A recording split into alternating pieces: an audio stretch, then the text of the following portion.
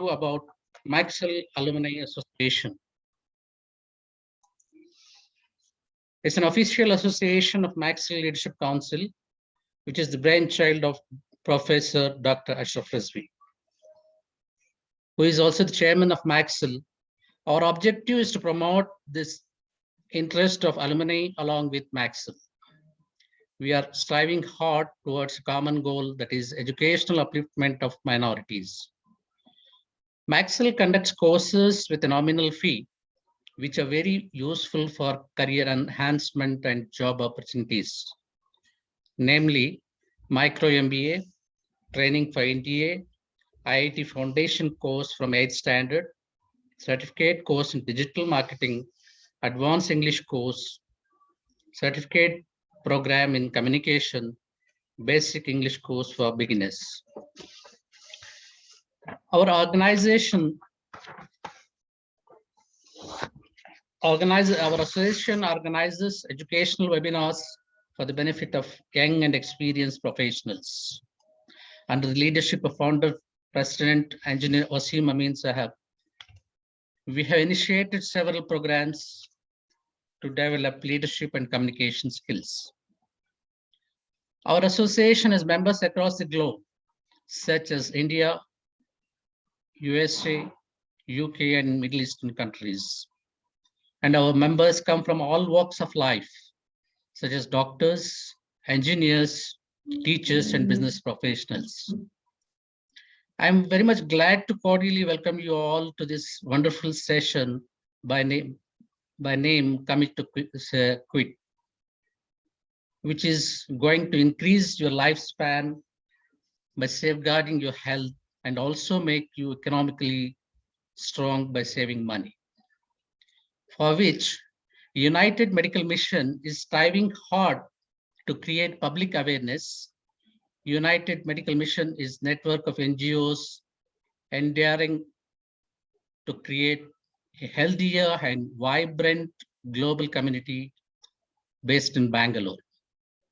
It aims at collaborating with community hospitals and great agencies to work towards the upliftment of the health in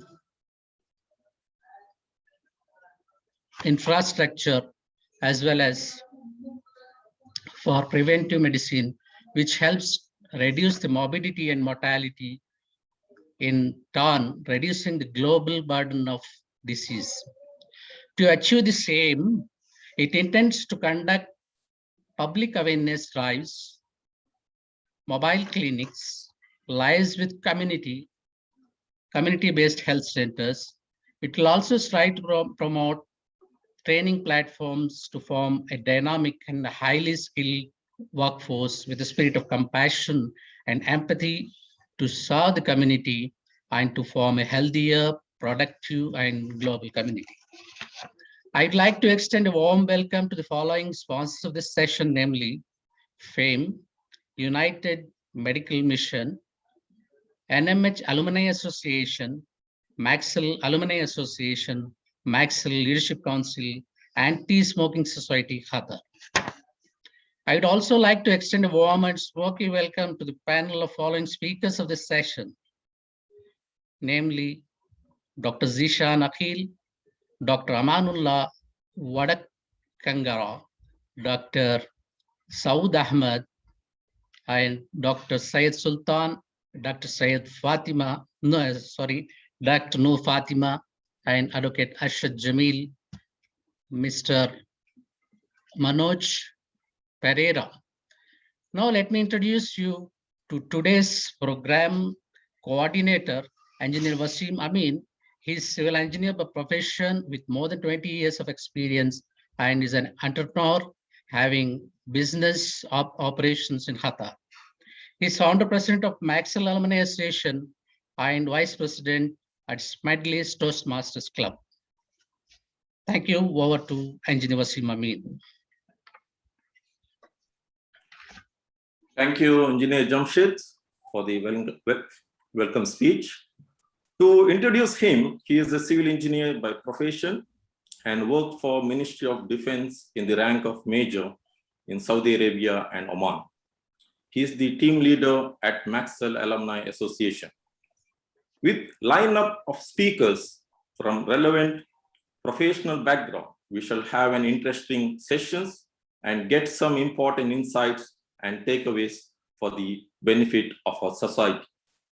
The program is divided into 3 sessions. Session 1, we shall have speeches from doctors. Session 2, our brothers shall share their experience and their commitment to quit smoking, something interesting to learn how to quit. Session 3, we shall have Q&A. Please raise your hand to ask questions. Due to time constraints, limited questions shall be taken. However, we may take additional questions post end of formal event if feasible. Please note that we shall mute all participants to maintain the decorum of the forum. Our first speaker for today is Dr. Zishan Akib. Qatar-born Indian citizen, he did his medicine from Karnataka Institute of Medical Science, has done diploma in lifestyle medicine from Weill Cornell Medicine, Qatar, and is a board certified lifestyle medicine physician.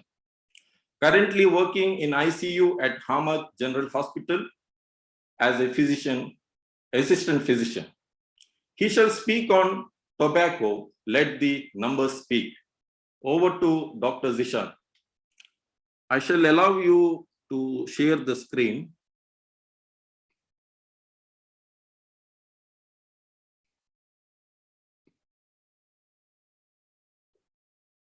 Dr. Zishan, can you please unmute yourself, please?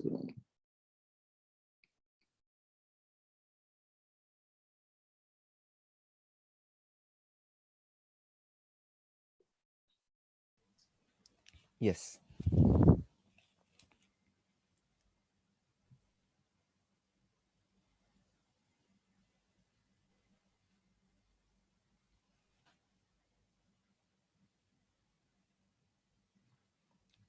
Do I have the access to share the screen?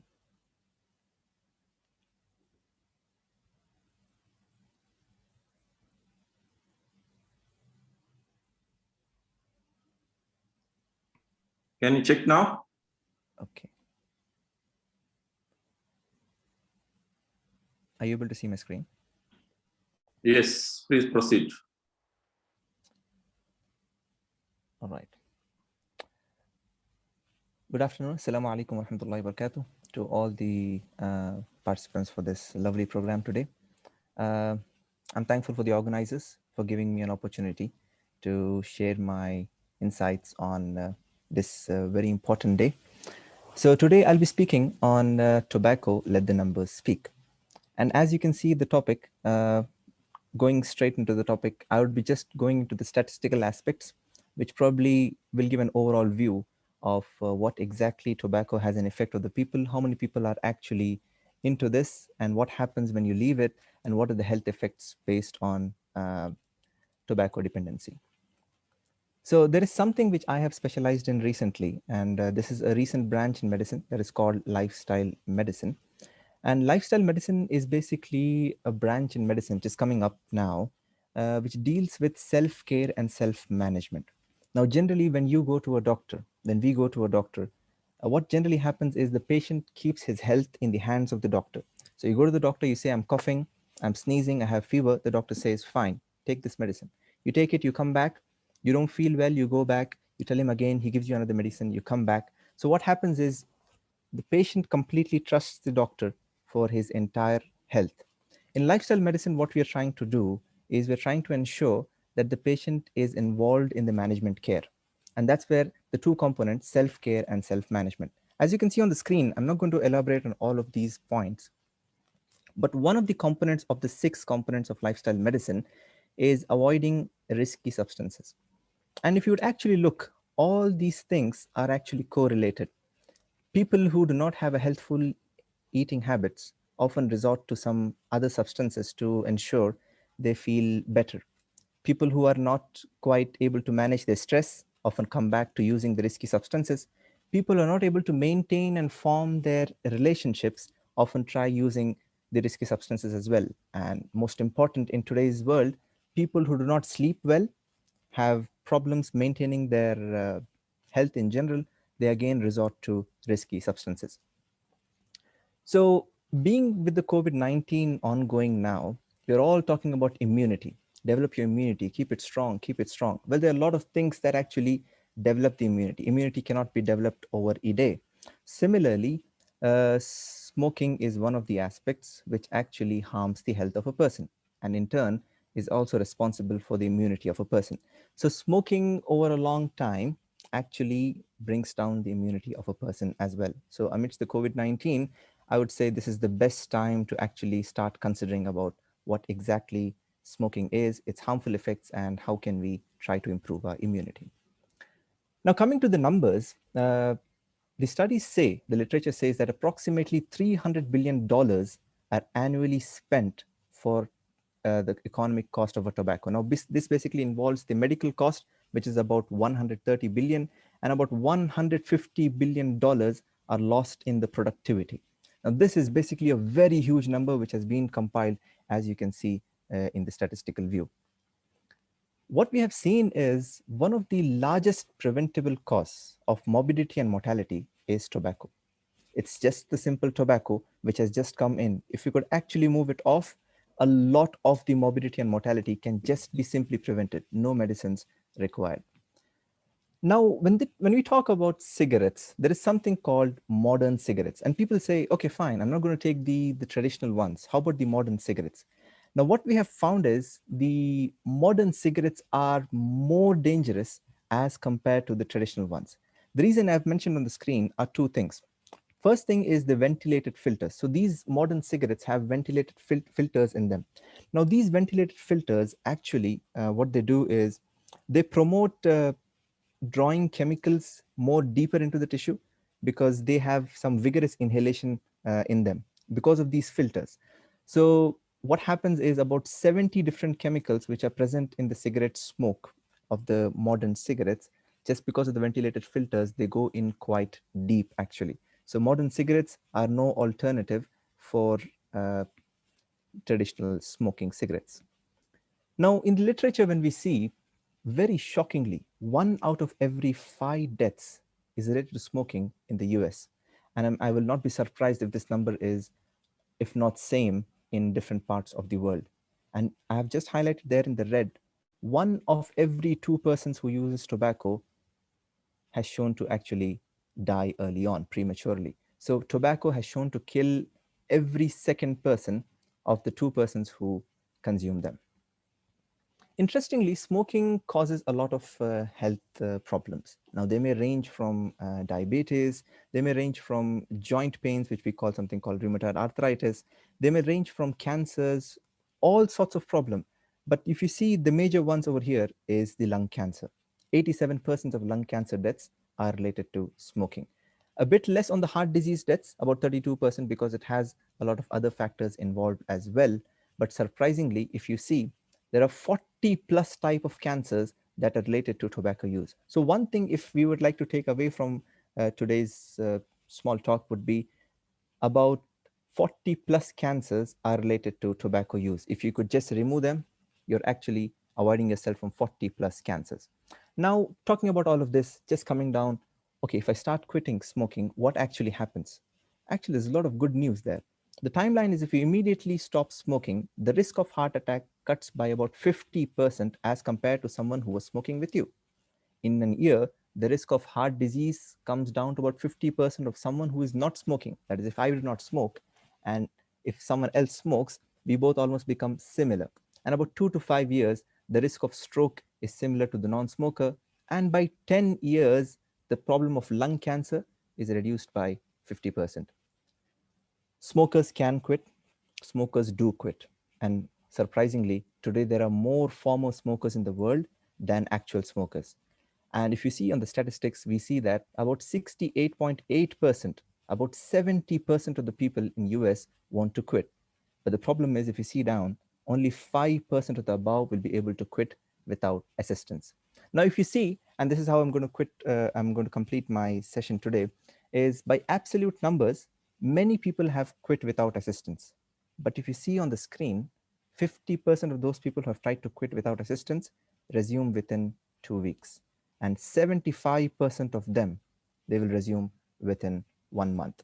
So we have a lot of programs in which the physicians use the evidence-based programs. They resort to self-care and self-management based on your preference. And by using counseling and medications, we try to help the people reduce their smoking. Finally, I would like to conclude by saying, by medical guidance, the literature says about 40 to 50% of the people who are using tobacco, within 3 months, they will be free tobacco. Thank you for giving me this opportunity, and I hope you have been benefited. Thank you.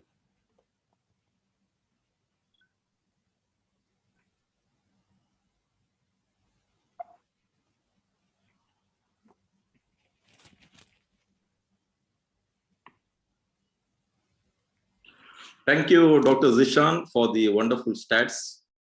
Your life is in your hands to make of it what you choose.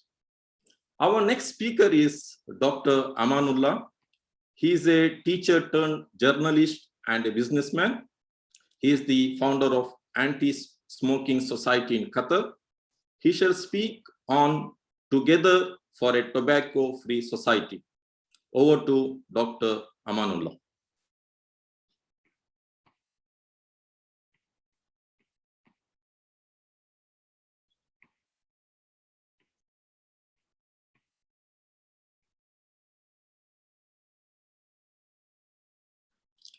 Dr. Amanullah, can you unmute yourself, please? Yeah. Assalamu alaikum. Good evening, dear friends. First of all, let me thank the organizers for this wonderful opportunity.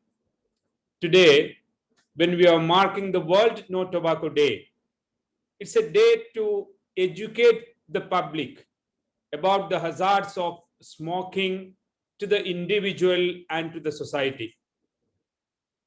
Dr. Zishan had given you an outline of the amount the smoking has been, or people have been addicted for this severe disease. That is, smoking itself is a disease. We are living in a world of pandemic, that is the corona pandemic. In fact, smoking is another pandemic which penetrates to the society in different ways and cause concerns and problems to the society and to the individuals. In my experience, I have been associated with the not smoking programs, anti-smoking programs in Qatar for the last 27 years. And we have been conducting several programs in coordination with the Ministry of Public Health. While visiting the labor camps, the workers' places, and the marketplaces, we have seen this smoking is spreading like an epidemic. And people do not consider, or people, though they are aware of the risks or dangers of it, they are belittling the seriousness of the situation. We used to tell them, this smoking is not only harmful to your health, it is harmful to the health of others as well. There are enough medical evidences showing secondhand smoking is dangerous, equally dangerous, or more dangerous. So there is no justification for hurting others without any problems of theirs or without their mistakes. So a smoker is harming the public, harming the environment, harming the society in multiple ways. So we are trying to create an impression that smoking is a social evil. It's not a habit, a simple habit or a negligible habit. It's a social evil. The society should look at it as a social evil and join hands together to first to prevent spread of this epidemic. Second, to reduce the consumption. Third, to rehabilitate the addicts. I'm very happy to say the Ministry of Public Health has various programs. The Ministry of Public Health in Qatar has various programs to help smokers to quit. There are 11 special clinics in different primary health centers, in addition to a full-fledged stop smoking clinic at Hamad General Hospital, where they will give enough counseling, then medication and follow-up. This will help smokers to quit the habit. And at the same time, they are also doing lots of educational awareness programs in the society, joining people. There, my topic becomes more relevant. Only together we can work or make a tobacco-free society a real one. Law cannot make it. Governments cannot make it. The society as a whole should join hands, realizing the seriousness of the situation, realizing the hazards of this to the individual and to the society. If all joins together, cooperate together, there will be wonderful results. And this year's WHO's theme is highly relevant. It is not just quitting.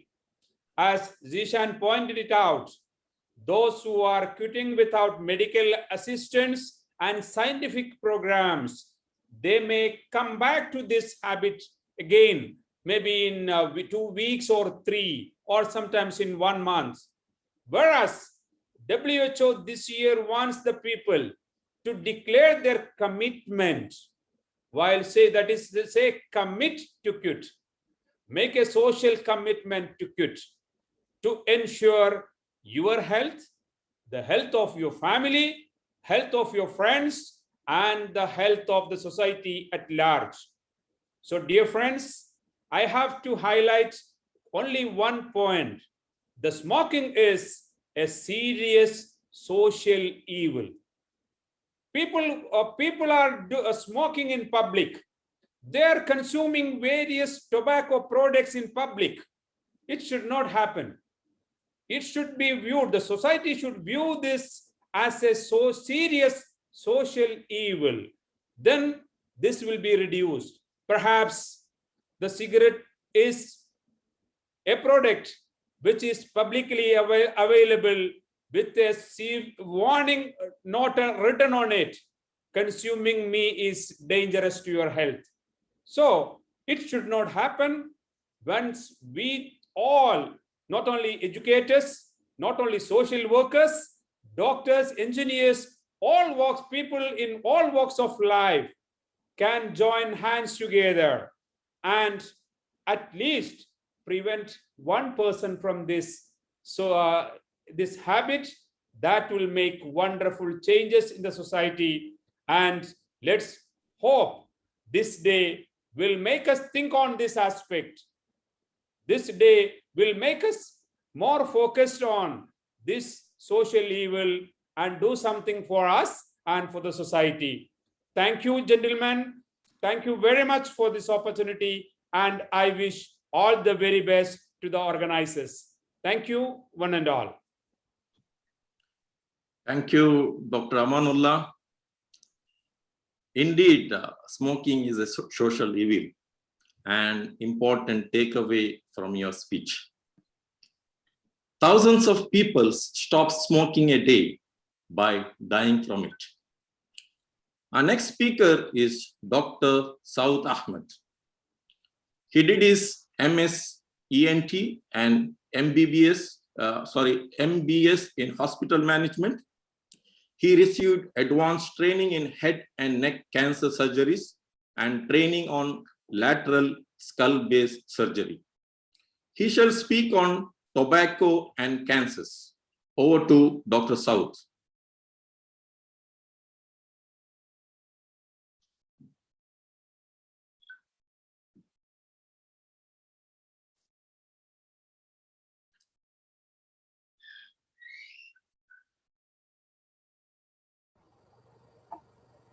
Assalamu alaikum warahmatullahi wabarakatuh. And a very good evening to all participants. Am I audible? Yes, please proceed. It's indeed a pleasure to have been invited to this beautiful and lovely forum tonight. And I would like to thank the organizing committee and also the event sponsors for conducting such an important awareness program on such an important day. Without much delay, I would like to start my presentation.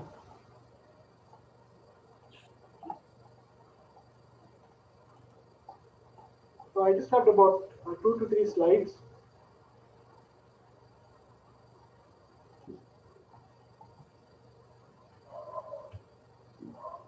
So as we are all aware that tobacco comes in various forms, and no form is less sinister than the other, whether it is inhaled in the form of cigarettes, whether it's chewed in the form of betel, along with betel leaf, or in the form of squid, or whether it's inhaled in the form of vaping, which is e-nicotine. In either form, cigarette smoke, it contains carcinogens. There's a lot of chemicals in that which are called carcinogens, and these carcinogens, they have an impact on the body's physiology. So these carcinogens, they tamper with the body's DNA and gives rise to various kinds of cancers. Like I told, it can be even in the form of chewing or inhalation. And from head to toe, it can affect any part of the body. If you can see this image, right from the mouth and throat, including the sinuses, till the lower end, which is the urinary bladder, colon, and rectum. So tobacco can affect any part of the body, causing a variety of cancers. So we all know this. I mean, most of them know this. Whoever buys a pack of cigarettes knows that it's written on top of on the cigarette, and even there are photographs on that depicting the severity of the consequences in terms of bizarre photographs of big ulcers, big swellings around the neck. In spite of that, if somebody goes ahead or somebody promotes this habit, then this definition definitely holds good for him. So now what we need to understand is, in spite of this knowledge that is stored in the brain, our community at a larger level has not assimilated this problem into their day-to-day affairs, or has not considered this to be a major health problem. Trust me, having worked in a cancer hospital at Bangalore, the top cancer hospital in Bangalore, about 5 years back, I was working in the head and neck cancer department, seeing cancer patients day in and day out, and more than 90% of the head and neck cancers were related to tobacco. This causes, like Dr. Zishan has very well, along with his statistical cover, has given us a very good information regarding the economic burden and other burdens that tobacco causes.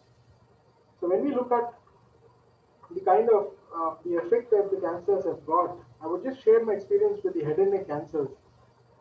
The quality of life takes a big banging. The quality of in terms of how we eat, how we talk, our eating is affected. If somebody develops cancers of the tongue and the oral cavity, oropharynx, eating habits are affected. The speech is affected, respiration. If the voice box is affected, the voice box is removed by surgery, and then the breathing is through a hole in the neck. So your normal nasal respiration is affected. The quality of speech, quality of eating, and so, swallowing, quality of respiration, everything takes a banging. So there's a big impact on the quality of life. This hampers the social life. It has an impact on the economy at an individual level, at the family level, at a social level, and crores of money are being spent. Crores of money is being spent on the rehab, on the diagnosis, on the treatment of cancer patients, whether it's at the government or at the private level. So, having said this in a nutshell, we are all aware that uh, tobacco is linked to cancers. Let us all pledge, as the theme of today's webinar, if we are smokers, to quit smoking at one shot, and also let us try and become ambassadors of change. Let's propagate this message into the community, and it's not about scaring people. So they might say, anyway I'm going to die. I might just take my last puff and finish up my life with something I like. No, but it's about the consequences that fall upon the family, upon the society. We need to have a more healthier and more productive community, and in that we need to propagate a disease-free approach towards our life. So, inshallah, let's all pledge to propagate this message, and let's hope that our webinar makes at least a small difference in the lives of people. Thank you once again for this opportunity to speak on this forum. Thank you. Thank you, Dr. Saud, for very well explaining the effects of smoking on throat in a very short time. The best time to quit smoking was the day you started. The second best time to quit is today. Our next speaker is Dr. Syed Sultan. He is an alumnus of Royal Melbourne Institute of Technology, Australia, where he did his PhD. He is specialized in nanotechnology and biomedical engineering. He received Global Distinguished Talent Award from Australian Home Affairs. He is the co-founder and CEO of Chromus Ski and Circles of Science Foundation, Melbourne, Australia. He shall speak on the science of smoking. Over to Dr. Sultan. Let me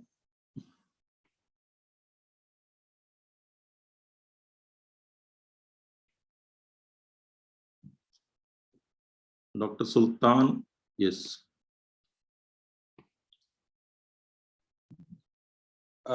Peace and blessings be upon all of you. Can you hear me? Yes, very well. Okay. Thank you very much for this wonderful opportunity. Indeed, it's a great honor for me. Today, I'm going to talk about a very important thing that not many people know about cigarettes. A lot of experts around the globe says cigarette smokes contain over 4,000 different chemical compounds. A significant number of them are toxic and can also damage our cells. And many of them are carcinogenic as well. So today, I'm going to talk about some of my personal experience of researching about gases. I have developed a really small sensor that can diagnose diabetes from human breath.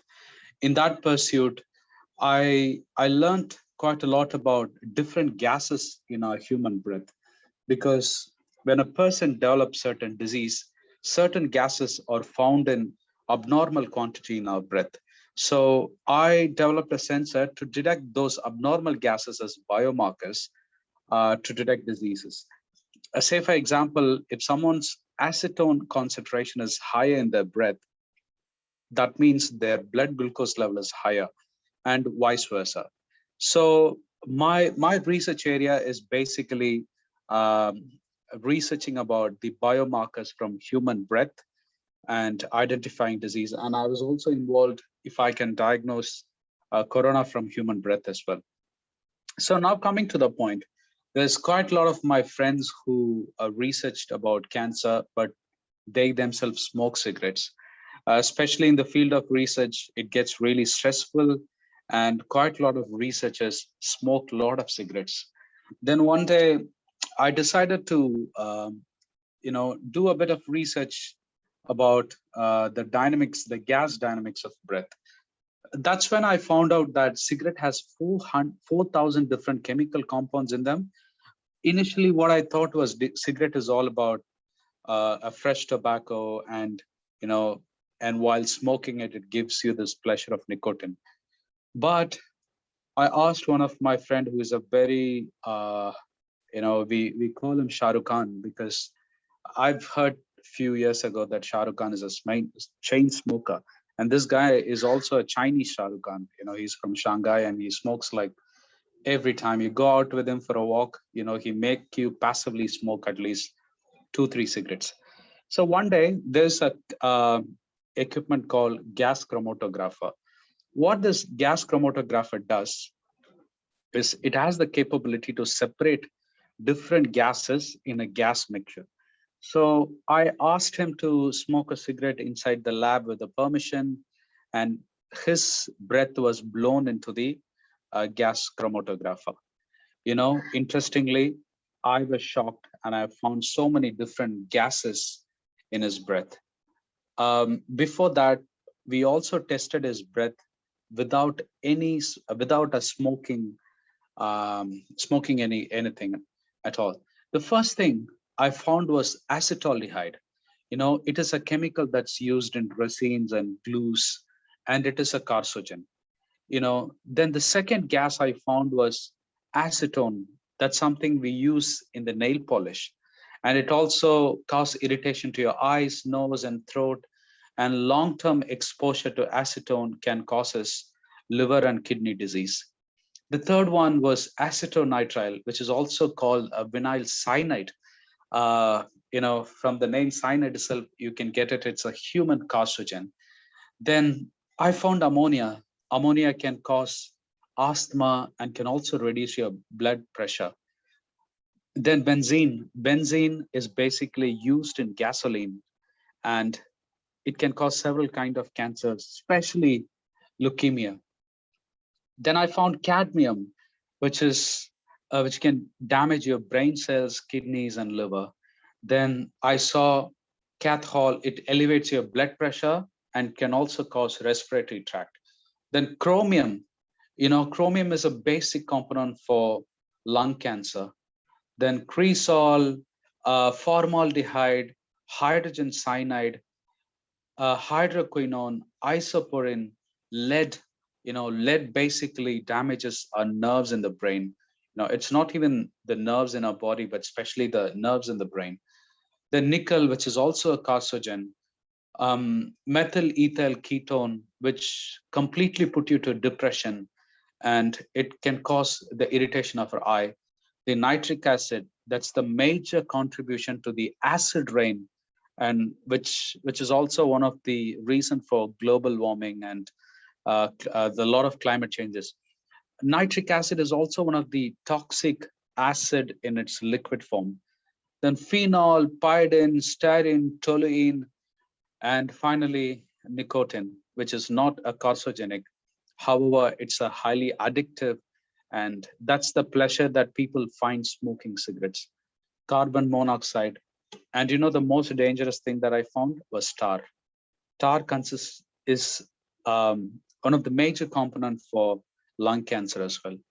So, that was the end of his smoking. As a scientist, when he saw all those gases in his breath after one cigarette, he was really shocked, and he sort of told me that he's not going to smoke a cigarette anymore, and I've never saw him smoking cigarette anymore.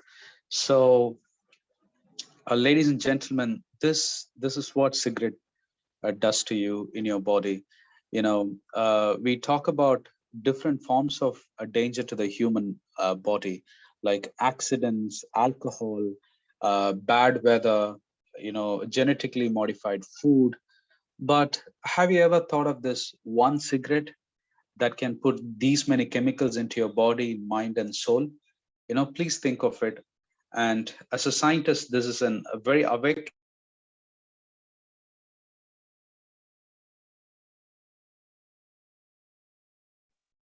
Dr. Sultan, can you unmute yourself, please? Yeah, can you hear me now? Yeah. Yeah, thank you so much for giving me this opportunity to share this wonderful message with distinguished people here. And I also thank Dr. Noor for bringing me into this platform, and I would like to contribute as much I can in the future as well for this sort of events. Thank you so much once again. Thank you. Thank you, Dr. Sultan, for enlightening on science of smoking and your live experiment in the lab on release of various gases due to smoking is very serious for all of us to ponder upon. All our dreams can come true if we have the courage to pursue them. Our next speaker is Dr. Noor Fatim. She comes with 20 years of experience as a neurobehavioral scientist, consulting psychologist, international coach, and facilitator. She conducts series of advanced certification programs called the Change Before the Change. She conducts one-on-one and group counseling for individuals as well as for education institutes and corporates. She also conducts training interventions for specific groups like school children, working mothers, executives, and teenagers. She shall speak on breaking the habits. Over to Dr. Noor Fatim.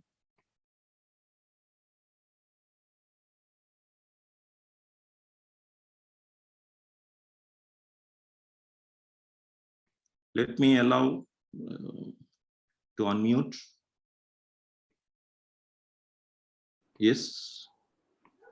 A very good evening to everyone. Peace and blessings upon you all. Thank you so much, Mr. Wasim, for this opportunity.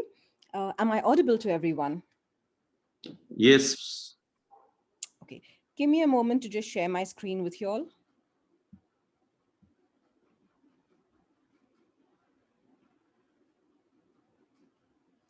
All right. My topic for today is breaking the habit, how to help individuals quit smoking once and for all.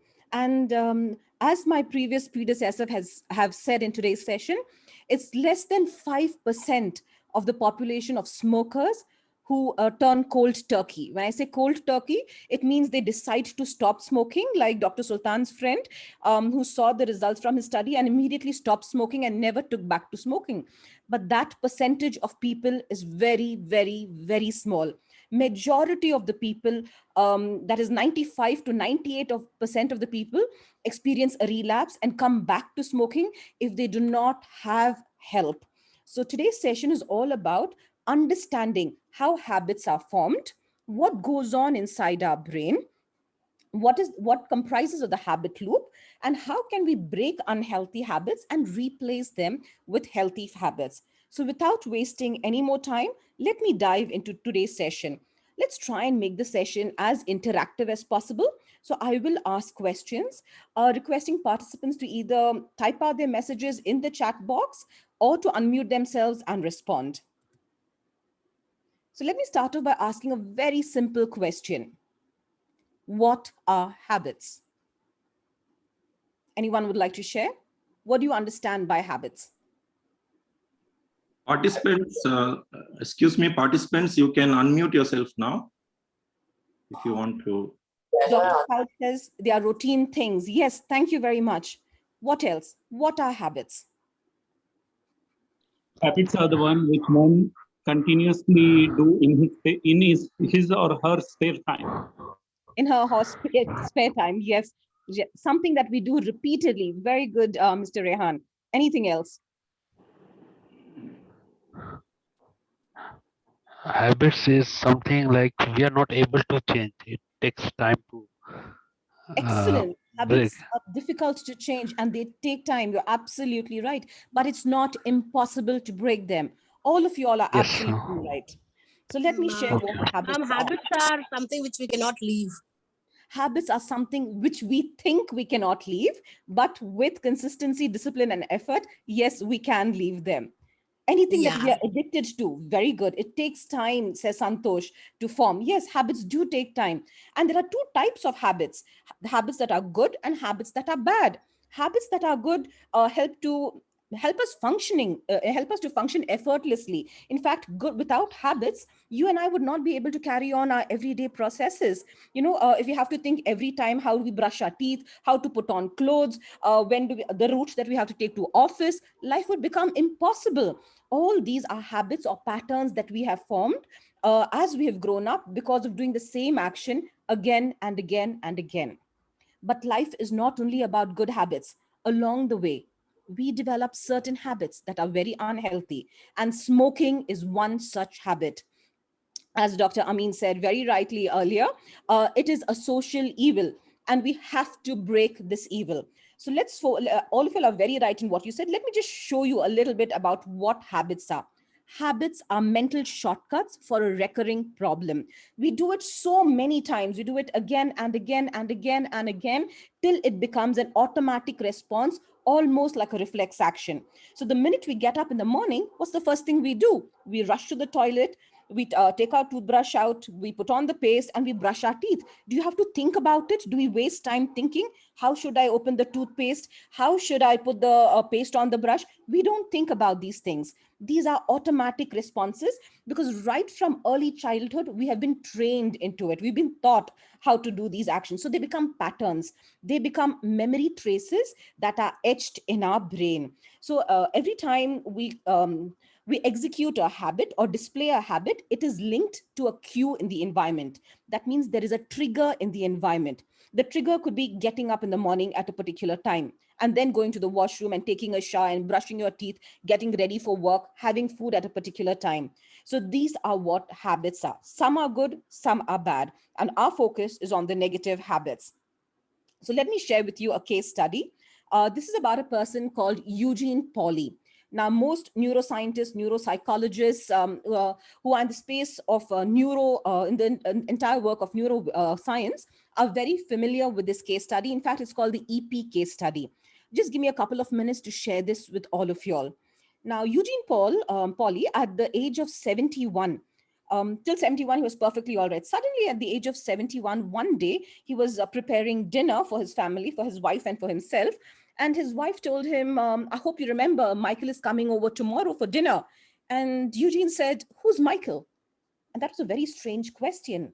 It's a very odd question because Michael was their son. And Eugene did not remember his son all of a sudden. And his wife thought he was just being very silly and funny, and she just ignored it. Next day, Eugene had high fever. He was burning up 104 and the fever was climbing. He started vomiting. He developed severe stomach pain. He was sweating profusely. He was rushed to the ER, to the emergency room. By the time they got him into the ER, he had become violent. He was not cooperating with the doctors. He was using abusive language. They immediately had to sedate him, strap him down, and then started administering the medications. When they started doing the various blood tests, they also extracted cerebrospinal fluid from his vertebral column to analyze it and gave it for a culture study. And what they found from that was he had developed an infection, viral encephalitis, or what we call brain fever. And this virus typically is unharmful if it does not reach the brain, but when it reaches the brain, it becomes catastrophic. It starts eating up the brain tissues, and it had started very aggressively attacking Eugene Pauly's brain. And within a few hours, he went into coma while the doctors did their best to give him the best of medication, pumped him with a whole lot of antibiotics. For the next 10 days, EP was in a coma. Doctors did not know to what extent the brain damage was, if the medication was either effective or not. But miraculously, after 10 days, he came out of the coma and his recovery was phenomenal. Doctors expected that he would lose his speech, he would not be able to walk, he would have other negative side effects because of the brain fever. But within a week's time, his speech was back to normal. In 2 weeks' time, he was able to walk. However, he lost out on the last 25 years of his life, wiped clean. He forgot everything about the last 25 years of his life. And even worse, he could not make any more new memories. That means whatever happened, he could not retain that memory. So every time the same doctors would come, the nurses would come, it was like a fresh person. He would ask their names again. He could not remember their names. He forgot everything about his children. He remembered his wife because he was married for more than 25 years. He remembered everything that happened before the last 25 years. And he was not able to make any kind of fresh memories. So the doctors finally released him from the hospital and said he was fit to go back home. But they told his wife that he has to be under constant supervision. He cannot be left alone because he would wander off and he might never be able to get back home. And since he does not have any, he's not able to form new memories, it'll be very difficult for him to function. His wife got in touch with the best neuroscientists, neuropsychologists, neurosurgeons to find out what is the best course of treatment. And we are all working with him. In the meantime, his wife created a fantastic plan. She had a systematic plan as to when he should get up, what he should eat, what he should wear, when he should, how his entire day pans out, basically. And she decided that every day after breakfast and lunch, he needed some exposure to sunlight. So she would take him out for a walk. So every morning after breakfast and after lunch, they would go, she charted out a route and they would walk for about 25 minutes. She would take him the same path and they would come back the same path every single day for the next 3 months. Now, one day, his wife fell very ill. And after breakfast, she went and she slept. And when she woke up, she realized that Eugene was not in the house. She immediately panicked. And she rushed to her neighbor's house. She thought maybe he wandered off over there. She checked the entire neighborhood, but Eugene was not there anywhere. She was in a panic mode. She came back home running, looking to call the cops to complain that her husband is missing. But when she comes home, she sees that EP, Eugene Polly, was sitting very comfortably on his rocking chair with his favorite mug of coffee, watching television. And she asked him, "Where did you go?" And he said, "What do you mean, where did I go? I've been sitting here all the while." He had forgotten that he had gone off and wandered off somewhere. She only realized where he'd gone because she saw some pine cones and stones lying on the table. And then she realized that he's gone for his morning walk all by himself because she did not take him. And he didn't even realize that it had become an automatic response. And she knew this because on the way, on the route that they would take, there were lots of pine trees. And Eugene had this habit of picking up little trinkets, little pebbles, little pine cones and coming back. So the next day, intentionally, she did not take him for the morning walk. And automatically, Eugene got up after his breakfast and walked the same path that he's been taking for the last 3 months and came back home safely, navigated his way beautifully back home without any stress, without any tension, without getting lost. And that was a breakthrough in medical science, because that's when we realized how habits are formed. When you do the same thing again and again and again, they get entrenched in your brain. They become memory traces. They become automatic responses. And in fact, this is called the Polly principle. If you repeat an action often enough, it'll become automatic and absolutely effortless. So the point of sharing this story is, if a brain damaged person can create new habits, there's no reason why a smoker with a healthy brain cannot break his unhealthy habit and form new habits. So honestly, there is no excuse for anyone who's smoking saying it's too difficult. It might be difficult, but it's not impossible. If a brain damaged person can do it, then you and I can definitely do it. What do you say? Give me a thumbs up if you all agree.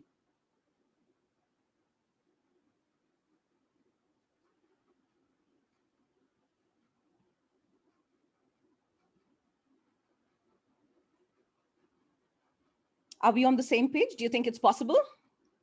Fantastic. Excellent. Let's move on. So let's see what happens inside the brain. And I'm going to try and make this as simple as possible. When habits are formed, they typically are formed in an area of the brain called the striatum, or where the basal ganglia is. And this area is very rich in a neurotransmitter called dopamine. And what is dopamine? Dopamine is a pleasure-seeking chemical. It's an impulsive chemical. It gives you instant gratification. So that is why smokers, before a meeting, they have this instant urge to go and smoke before they come for a meeting or before any important event, because they feel it gives them a sense of confidence. It gives them that little extra boost. But what is happening is nicotine, which is in your cigarette, is mimicking the action of dopamine and is giving that false sense of instant gratification and pleasure. Yeah, so that's what it does. And typically what happens in the brain is when new patterns are created, when new neural pathways are created, when we repeatedly do the action again and again and again. And if we stop a particular action or reduce doing a particular action, finally the neural pathway will completely disappear or fade away with time. This is what happens inside our brain. So I'm just very simplistically trying to explain this concept to you. So when we talk about the habit loop and breaking the habit, there are three elements to it. There is a cue in the environment, which we call the trigger. And when it comes to smoking, our trigger could be, it could be anything. The trigger could be a break at 11 o'clock if you're working and you decide to take a coffee break, where most people would go and grab a cup of coffee or a juice or have a snack. Smokers in their office would rush to the smoke zone with a friend. So the cue is the break, the reminder out there, that time becomes your cue to perform a particular action, which is smoking. And when the action is performed, it leads to a reward, which is instant gratification that they get, which is released by dopamine in your brain. So now we have to replace step 2. Instead of smoking, we have to replace it with another option, and we can see what that is. When we're talking about quitting smoking, we'll understand what are the different things we can replace instead of a cigarette. So the $1 million question is, how do we quit smoking? First and foremost, you need to identify what kind of a smoker you are. Figure out when you normally smoke and why you smoke. Identify things, situations, feelings, and people who might influence you to smoke. This will enable you to determine the steps and the techniques that you need to follow to quit smoking.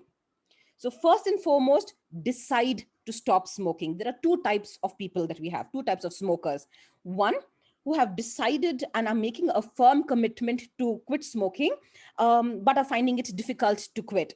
The other are people who smoke, but they don't really want to quit. So my focus is not on the second group, because you can only take the horse to the water. You cannot force the horse to drink water.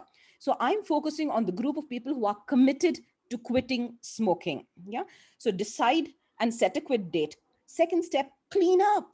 Throw out all the tobacco leftovers in your house, cigarette lighters, cigarettes, ashtrays from your home, from your car, from your work. Wash everything in your house so that there's no smell of cigarette or any kind of smoke in your house, especially nicotine smoke, the cigarette smoke.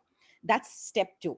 Step 3, create a support group with your family, with your friends, with your colleagues, and announce your decision to everybody so that they will encourage you, motivate you to quit smoking.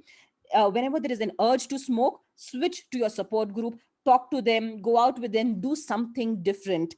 Do not do not succumb to that desire, that craving at that point of time. The next step is buddy up. Find another person who has a similar goal or who's trying to quit smoking like you. Avoid friends and colleagues who smoke. They might be fantastic human beings, great people, excellent in their work, but if they are smoking, they have a negative impact on you, and they're going to slow down your progress or maybe completely hamper your progress of giving up smoking. So avoid people who smoke. The next is replacement therapy. So when we talk about breaking the smoking loop, we have to replace the cigarette with something else. And there are multiple things that you can replace it with. You can either chew gum, have health bars and snacks, fruit juices, green tea, even boiled veggies with a little bit of salt and pepper is delicious.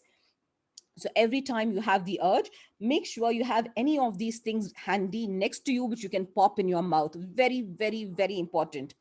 Avoid idle time.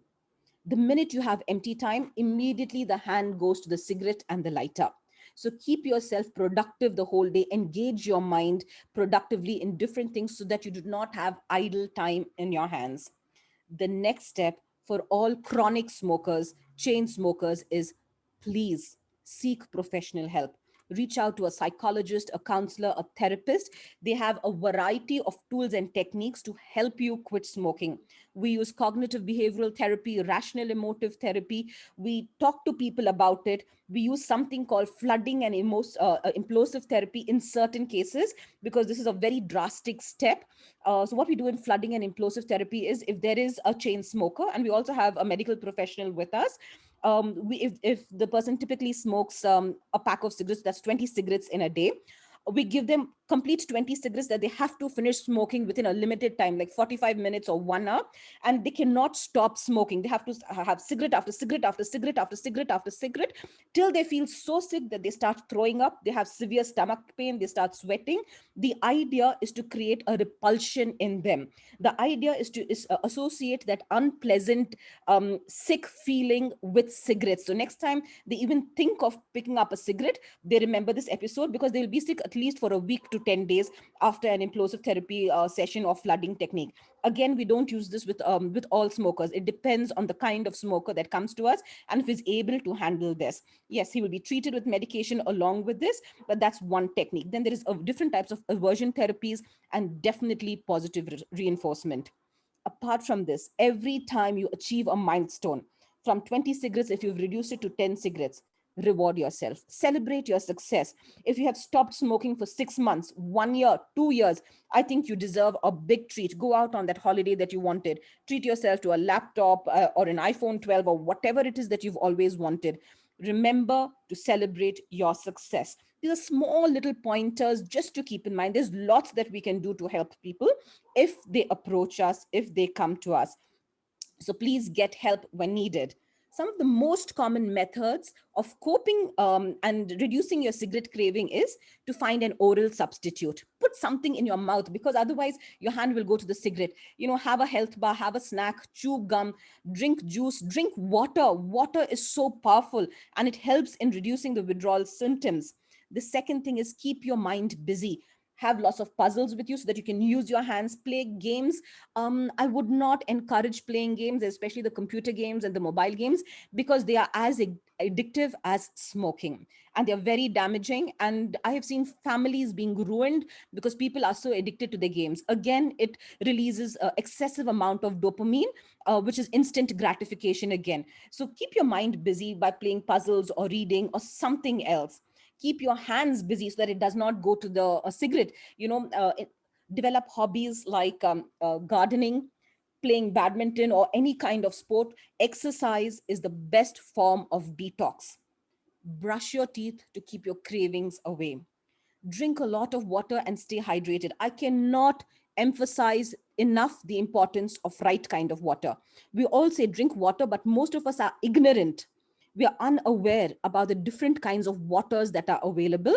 And tragically, most of us drink RO waters, which are very damaging for the body because they have been stripped of all the nutrients. I mean, when it comes to water, this is an area I'm very, very, very passionate about. I can speak for 2 hours exclusively on water. So if any of you all are really interested in knowing more about water, how water can prevent various kinds of diseases, how water can improve your health and lifestyle and well-being, please reach out to me and I would love to share this, because we do awareness programs exclusively on water at least once a week or once in a fortnight. And water minimizes nicotine withdrawal symptoms. So that's very, very powerful. Keep yourself active, walking, stretching, running. Physically be very healthy because it's a form of detox. Try and relax yourself and calm yourself down through breathing exercises. Get up from the table immediately after eating, because most smokers tend to smoke after a meal.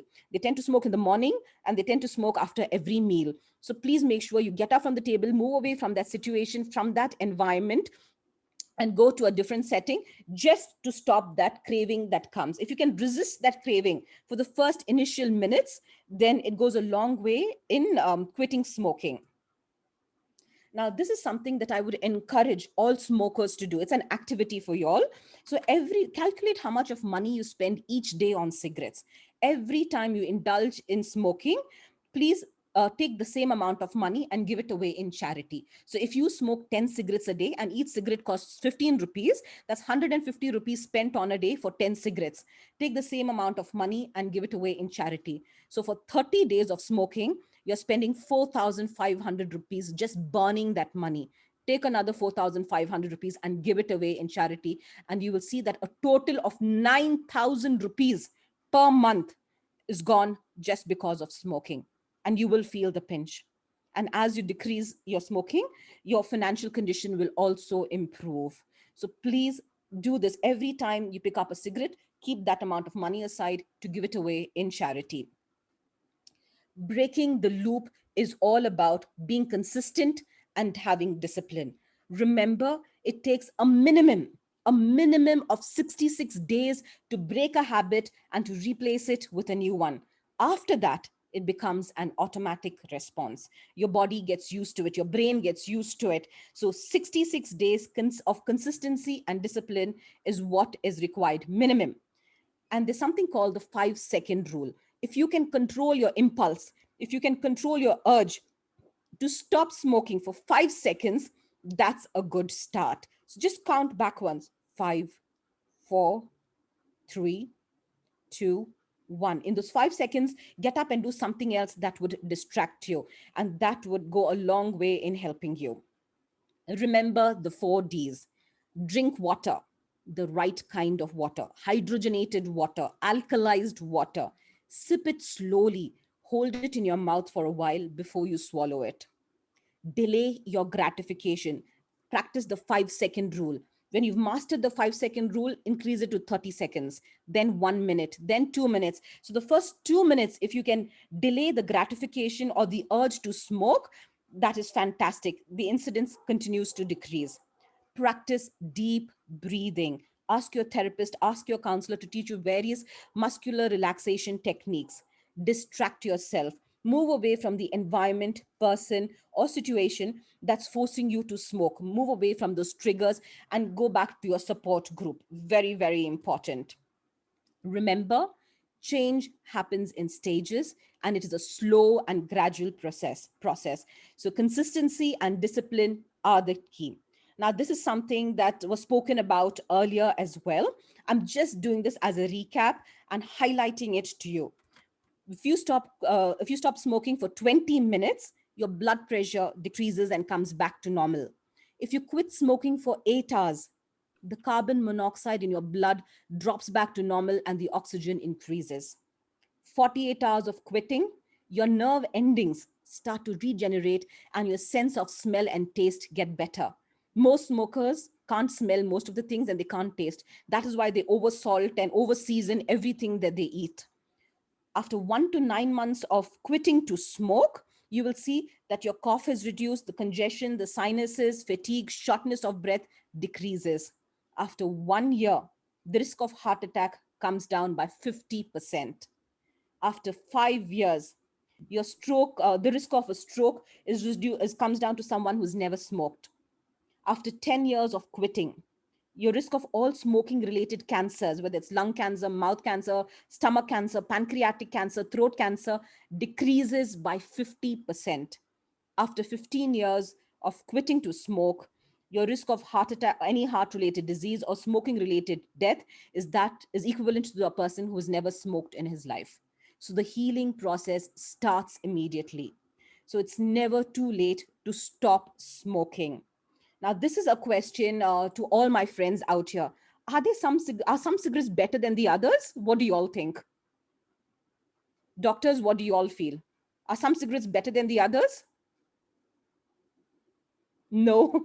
No. Not at all. All right, Arshad says not at all. No.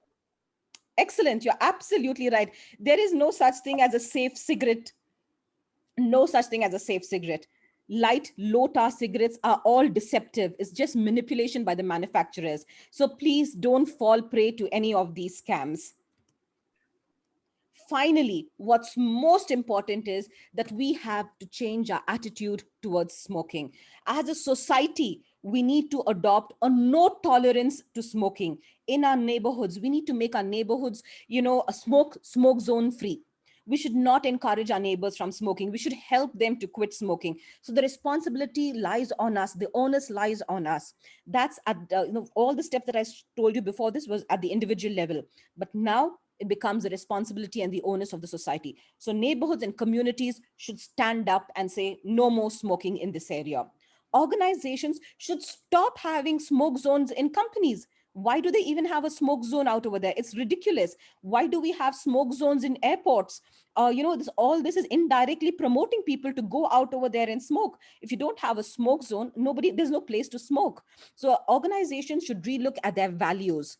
I have a very dear friend who I think is part of today's session, who worked for a fantastic, one of the biggest tobacco producing companies in India. And he was telling me that they were given 1,000 cigarettes per month for free, even if you're a non-smoker, and they could distribute it to others. Where are the organizational values? Where is the ethics? How can you give 1,000 cigarettes for free to people and say do whatever you want and encourage smoking? I question values and ethics out over here. So organizations need to be more sensitive. Religious bodies and institutions should start talking about the ill effects of smoking. For Muslims, every Friday we have the khutbah in our mosque. We should encourage our religious leaders, our imams, to talk about the ill effects of smoking. For the Hindus, you have the satsang that happens every week. Ask your religious leaders to start talking about it.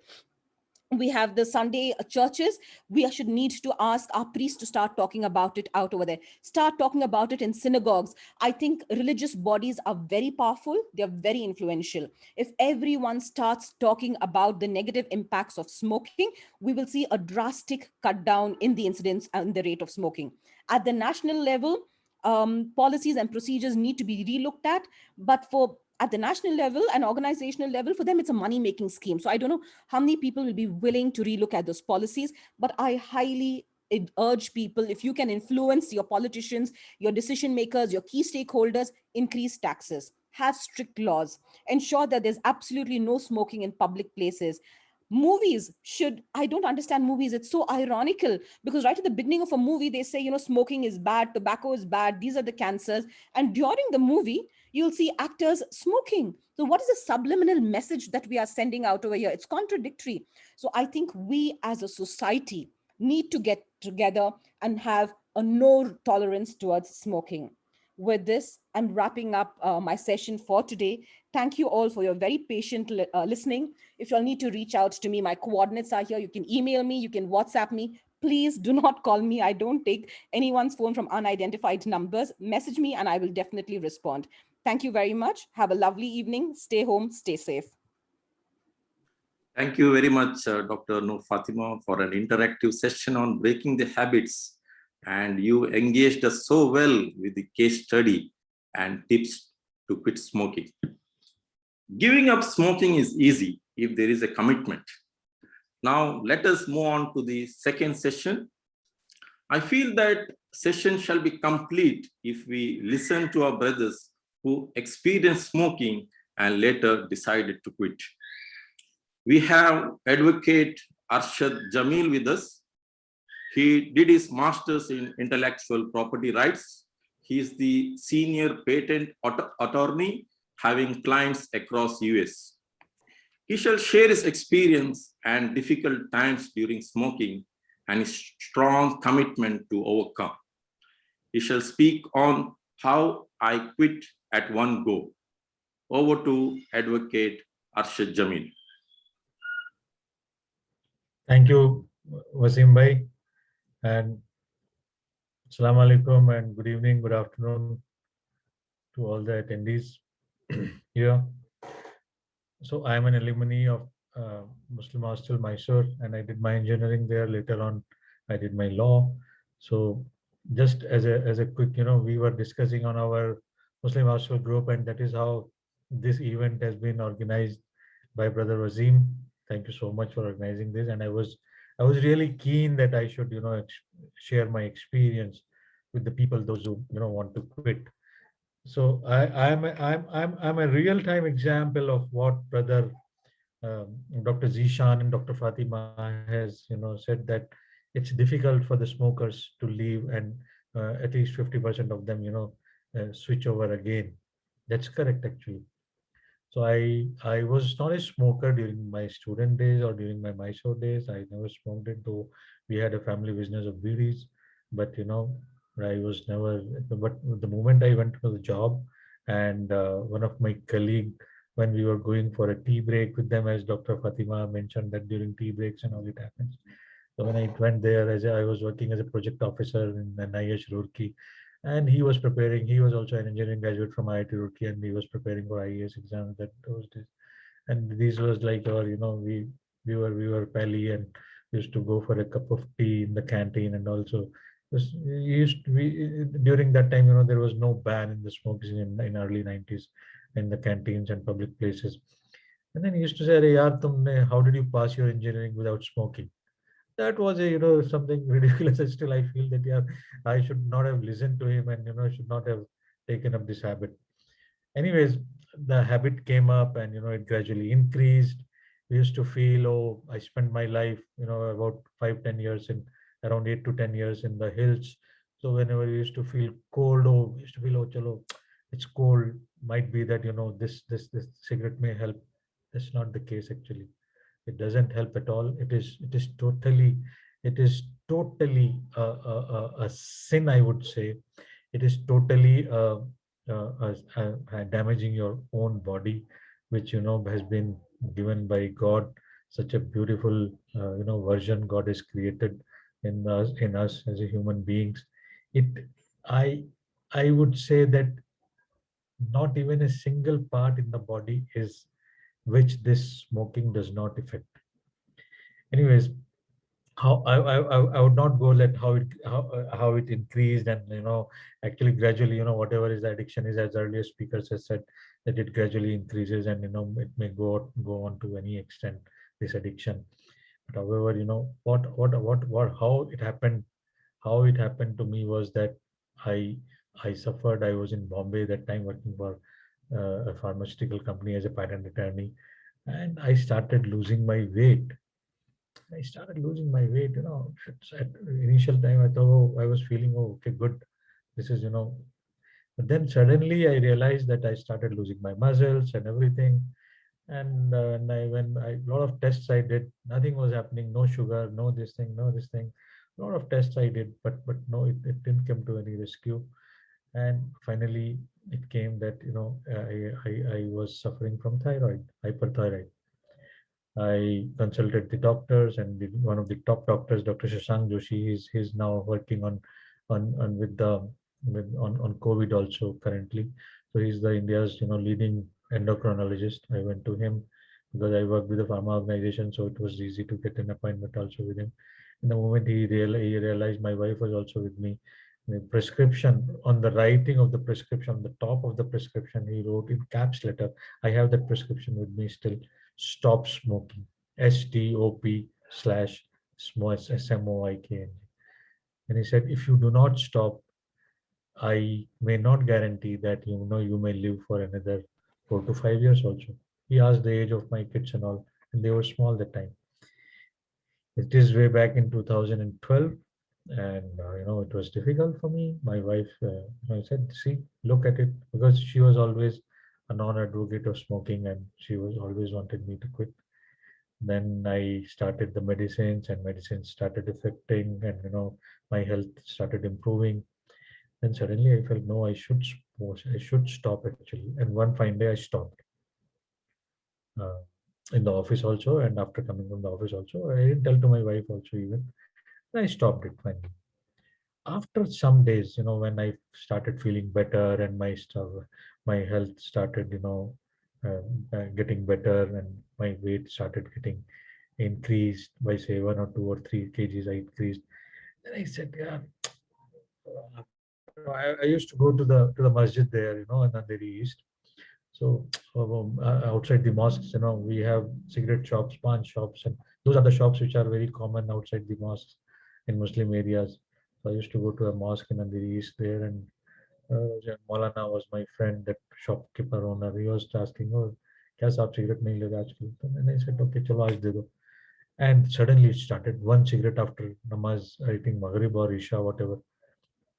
And that one cigarette again, I thought, okay, one per day is okay. For a couple of months it went on. Then I switched over my job from Bangalore to Bangalore, and I came to Bangalore. And for a couple of months, in the transition period when you are alone, and in the guest house and all, it gradually increased here. Then came for 4, 5, then again, coming to 7, 8, 10. it was a very something. My thyroid again started increasing or decreasing, whatever, the readings I was getting. Finally, I was on a vacation. I was on a vacation in Goa in 2014 and my winter breaks with the family. There, I realized that I was getting a lot of cough. Uh, I tried to stop there and I could not. But then I decreased it there in the vacation because family is there, kids are there with you all of the day, so you don't smoke with them. With getting a chance, after the dinner or going out to the hotel, and in the smoking zone area wherever at that time I used to smoke one or two or maximum three cigarettes a day per day. I smoked there. After coming from Goa, while I was driving back to the work, to my office in Electronic City from Koramangala, on the way when I was driving to on the elevated road, I started coughing profusely, and I had to reduce the speed. The cars are always, going at a higher speed on the elevated road. I had to reduce the speed. I had to stop. I had to breathe properly, open the windows, look for the water. There was fortunately a water bottle. And when I stopped, when I decreased my speed of the car, the cars behind, and the cabs behind, they started honking. Tan, tan, tan, tan. It was getting really difficult to stop the car also. Somehow on the midway I stopped, and that was a very difficult time. I thought whether I would reach office or not, and that cough made me realize that was now that is the high time that I should stop it. Anyways, so smoking in the office, you have your smoking colleagues, smoking friends who go with you for a puff. In the evening, after Maghrib Namaz, I will play probably and having a cup of tea in the office, and I went outside. Then that colleague with me, I still remember the date. It was 2nd January 2015, and after Namaz, it was around 6 o'clock or 6:15 or so, whatever it was, 6:14, I believe. I was puffing and I was puffing the cigarette, and it was 2-3 puffs I had taken, and then I said, "Okay, Mukesh Kamath, this is my last cigarette of the life," and I threw it off, squeezed it with my shoe, and till today, Alhamdulillah, Alhamdulillah, Alhamdulillah, by the grace of Almighty, I have not smoked, and that was the determination. So all these slides, what Dr. Fatima showed, that take water therapy, this therapy, that therapy, reduce, watching, blah blah blah blah blah. I would say they don't help at all. They don't help at all. They don't help at all. I tried it during my that break, first one. Nothing helps you unless and until you have a self determination. And once you have a self determination, nothing can stop you from doing it again. For a brief of time, there will be of course difficulties, but you have to be determined, like how you determined to study, how you determined to live, how you determined, that everything would be good. And I like for that way. I today also I tell to my friends that, friends, those of you are smoking, you are smoking not for you or for to release your tensions, or to have some this thing. Just you are smoking to give injury to your own body, to your lungs, and to all the parts of your body, in fact, be it eyes, be it lungs, be it your brain, be it your any other body part. See, thyroid kills it affects the whole of the body.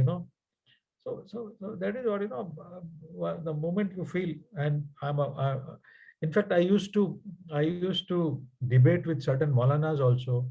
And when I saw them, then I used to ask them earlier also that, why do you guys smoke, or why do you guys, why pan mein, tambaku dal ke 0 number or 220 or 420 number tambaku, they will put in the pan and they'll have it.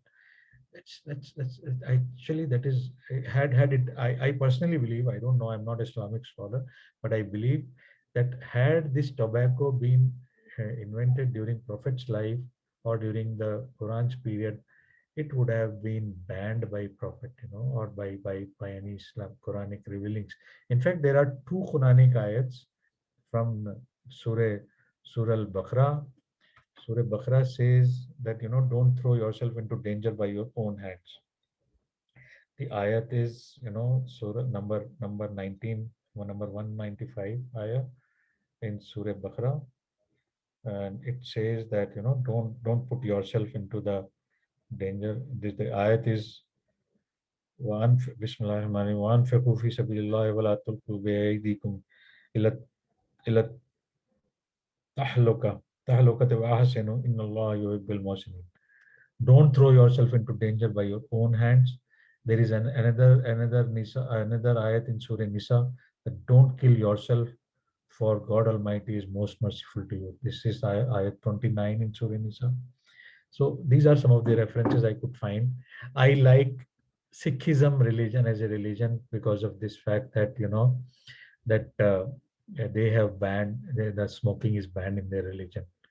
And that is a very nice thing. And Sikhism, or the Sikhs, they would not even touch, like we Muslims do not touch liquor, or we do not. It is clearly haram. So smoking is clearly haram for Sikhs, and I appreciate that religion. I think I have spoken much, and this is what my experience had been. One sentence or one word which I say is, when you are determined, and your self-determination only, and a strong determination can lead to you, quit this bad habit. And this is absolutely bad. Yeah, Jahanara is writing that smoking is haram in Islam too. I too believe, I'm a firm believer of this fact that smoking is haram. Although we had a beauty business in our family, I debated with my father also once that had it been during the Prophet's time, this would have been, although now, Alhamdulillah, my brothers are doctors, and that business, I think some of our employees are only running it, and some family members we have given it to. So it's not that going much. I would see that, inshallah, that it should not be there. And that's how, that is what I feel. I think if you have any questions, I'll be, or any other thing, Yeah, we will have question and answer session. Surely. Thank you. Thank you very much. Your stories were truly inspiring with a takeaway determination. It needs courage to come to an online platform and share your life experience. All our dreams can come true if we have the courage to pursue them. Yeah, I shared it, if I can give a message, I can give a message to, or if at least you have given a strong message go right away, to be determined. I'll be very happy, and so inshallah I'll get the rewards in Jannah, for taking now away from let us move on to our third session, that is question and answer. We have panel of moderators, doctors. So if someone would like to have any clarification, any questions, please unmute yourself and ask questions. We can take 2 questions at the moment because we are running out of time. And we will formally end with the vote of thanks. And if possible, we'll go for informal session later on. So only 2 questions, please. Anyone, you can unmute yourself. I have a question with Dr. Noor Fatima. She mentioned that RO water, if I'm right, RO water is not suitable for health. Dr. Noor Fatima, can you elaborate this and can you just clarify this? Yes, Mr. Jamshed. In fact, this is a question that I would like to take offline because it would take some time. See, RO water is typically stripped of all the minerals that it has. By the time it comes to us, there are no nutrients in that. And if you actually do a pH test on that, you will see that the RO water pH value is very acidic. It'll be somewhere between 4 and 6. It's not 6. It's not even neutral. So ideally, what we need to be consuming is alkaline or alkalized water. And that kind of water is available to us, but most people are unaware about it. So if you would like to know more about it, you can please reach out to me, send me an email or message me. I'll definitely share all the details about it to you. Thank Thank you, you. doctor. Thank you so much.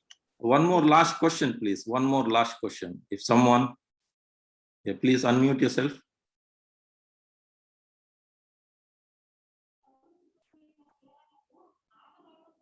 Hi, sir. This is question regarding Nicotex chewable tablets. Are they really helpful in quitting smoking?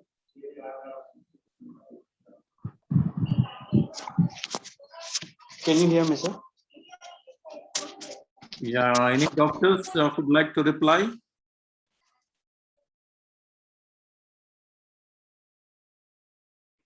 Can you repeat the question, please? It's about the person who wants to quit smoking. Recently in market, this Nicotex chewable gums are available, and they have to take in particular doses. Like initially in the first week, the person who wants to quit, they can take 2 or 3, then randomly increasing like that. Is it a good way in practicing while quitting the smoking, or it does really it helps?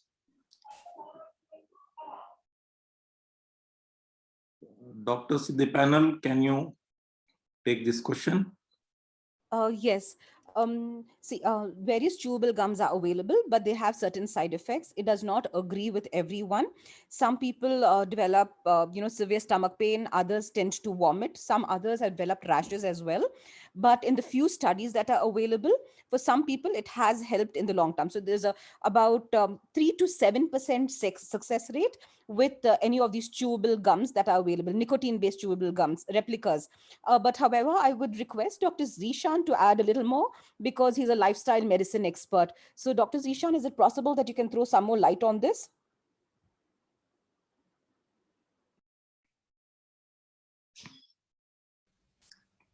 Hi, yes. Dr. Zishan, yes. Yeah. So regarding Nicotex chewable gums, I mean, with my limited experience, I would say I'm still very junior in the field. But with the limited experience and literature available, yes, we have seen that these chewable gums actually help in the transition phase. But it really depends on the person because it's not just the gums you take.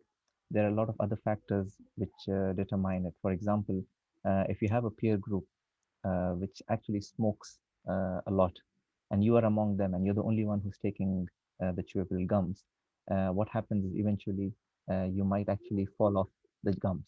So it really has an overall perspective. But yes, as a simple note, we have seen that people who take chewable gums helps in the transition phase in stopping smoking.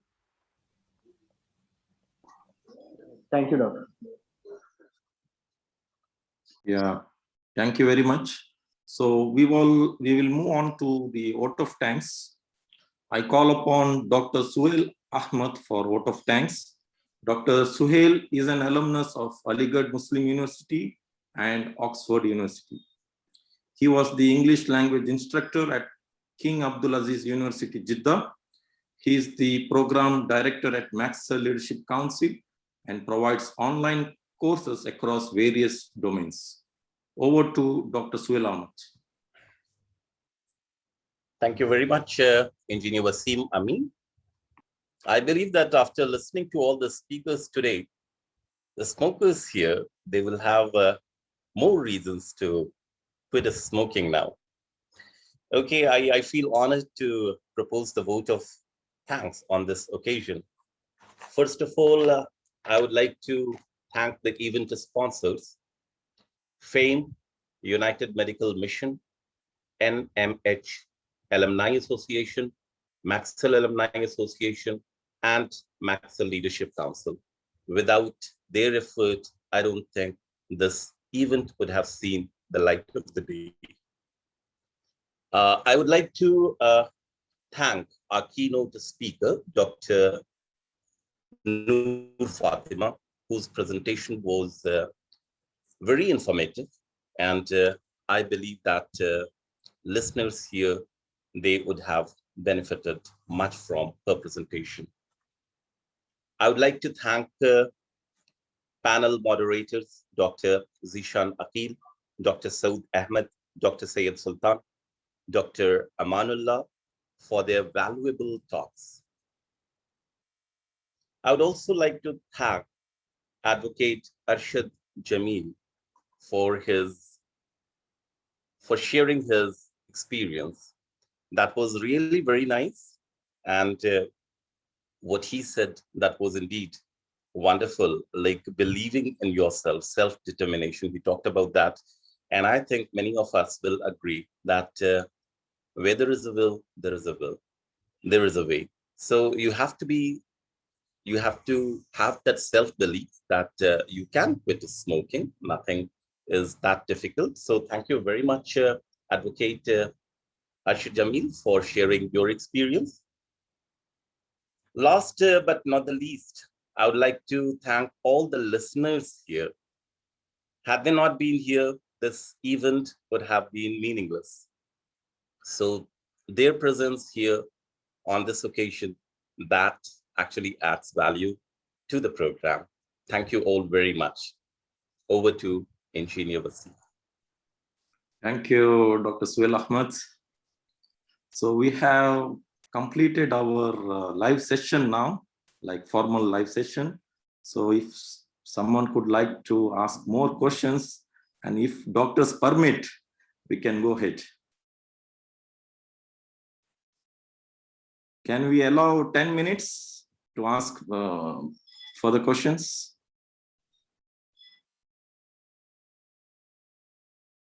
Doctors in the panel.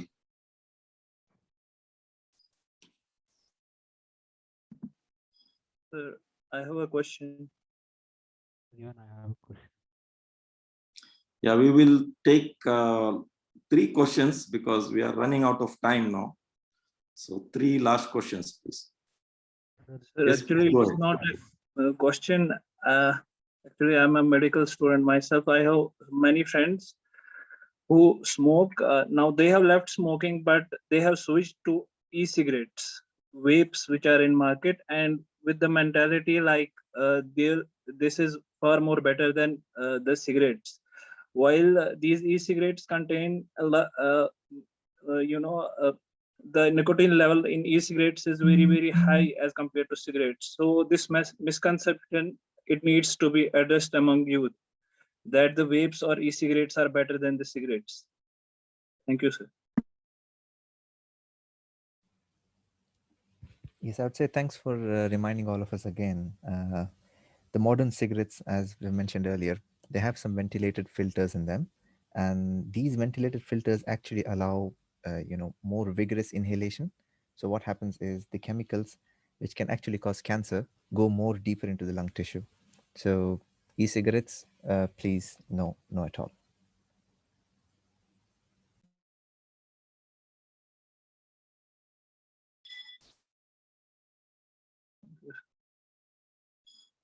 Thank you, Dr. Bishan. In fact, many of the countries have banned e-cigarettes now. What we are reading from the news now is that these are getting banned also. So, Yes. So Brother Zahid, you tell your colleagues that your friends to not to smoke and not to get to this addiction. It is you all are medical students, and this is a tell them that as a medical professionals, your even ethics should not allow them to. I have already told them, but the problem is that on mass level, the masses, they don't know about it. It's something that needs to be addressed on larger scale. The awareness among the people, masses. Sure. I just like to add one point regarding this. We always have this discussion about creating awareness, and the issue is, to be honest, we are all aware of everything. It's not that we are not aware, and the problem is, if I can say it in Hindi, आग हर जगह लगी हुई है, लेकिन हमारी झोंपड़ी, हमारा घर भी जो है झोंपड़ी ही है, चारे से ही बना हुआ है. जब तक आग घर में नहीं लगती, we feel कि आग जो है कहीं पे मौजूद नहीं है. So the problem is everyone is aware, but unless you actually start experiencing it, the side effects, you keep ignoring it. And that's where, especially in smoking, I would like to reiterate, it's not the medicines that actually work. It's your personal determination, the will and understanding that you actually know this is going to affect you over the long run. And unless you actually believe in it, it's not going to work at all. So a lot of the medications, a lot of the counseling are basically based on making a person completely ready. So that's what we do in lifestyle medicine. If you see, lifestyle medicine clinics is the new concept where we tell the patients to come in and tell them what they want to do. So they say, I cannot stop smoking because I have my friends, but I would like to stop smoking over an year. So we say, okay, fine. So how about cutting down from 5 to 4, then over 3, then 2. So this is not just suddenly stopping it up, because that has a rebound effect, but instead saying that if this is really going to affect me over the long run, probably I should think over it. Excellently said, Dr. Zishan. I totally back you up in this. And many people have relapses very fast when they turn cold turkey. That is, all of a sudden they stop. And many times it has a drastic effect on their physiology because of the withdrawal symptoms. So gradual progression for most people is very beneficial. Thank you, Dr. Noor.